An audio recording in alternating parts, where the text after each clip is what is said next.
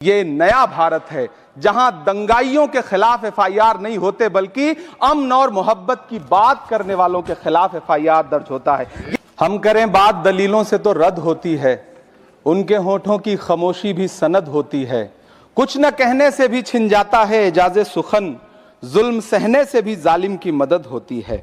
उस दिन देश की संसद के गलियारों में सरकार की तारीफ करती हुई महामहिम की आवाज गूंज रही थी, तो उधर मेरे कानों में हसदेव के जंगलों में आदिवासियों को जिंदगी देने वाले पेड़ों पर चलती हुई कुल्हाड़ी की आवाज गूंज रही थी। एक तरफ महामहिम के भाषण पर प्रधानमंत्री जी संसद की मेज थपथपा रहे थे और उधर उत्तराखंड की अभागी बिटिया अंकिता भंडारी के इंसाफ की आवाजें मध्यम पड़ती जा रही थीं, जो आज भी पूछ रही हैं कि आखिर वो वीआईपी कौन था जिसके लिए अंकिता भंडारी को मार दिया गया।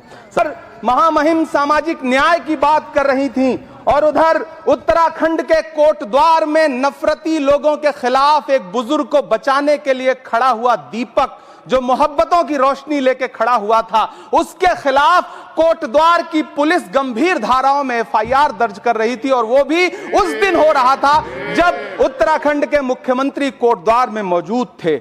ये नया भारत है जहां दंगाइयों के खिलाफ एफआईआर नहीं होते बल्कि अमन और मोहब्बत की बात करने वालों के खिलाफ एफआईआर दर्ज होता है।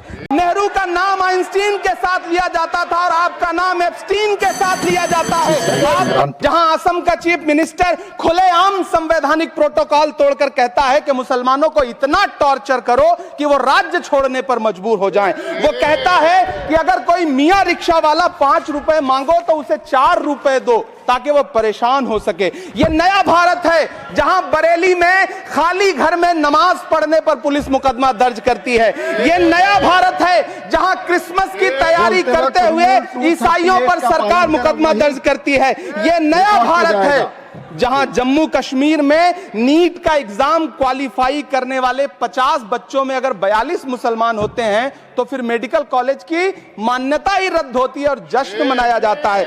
सर, यह नया भारत है जहां मध्य प्रदेश के बैतूल में बच्चों के स्कूल बनवा रहे मोहम्मद नईम का घर स्कूल इसलिए तुड़वा दिया जाता है क्योंकि वो स्कूल बनवा रहे थे। ये नया भारत है जहां कोर्ट का स्टे होने के बावजूद बनारस की दाल मंडी में सैकड़ों दुकानें तोड़ी जा रही हैं क्योंकि रास्ता चौड़ा करना है। कहता हूं कि जो पीढ़ी अपने बुजुर्गों को गाली देती है उसके साथ प्रकृति इंसाफ करती है। आप इंदिरा जी और नेहरू को गाली देते हैं, नेहरू को छोटा नहीं कर पाएंगे।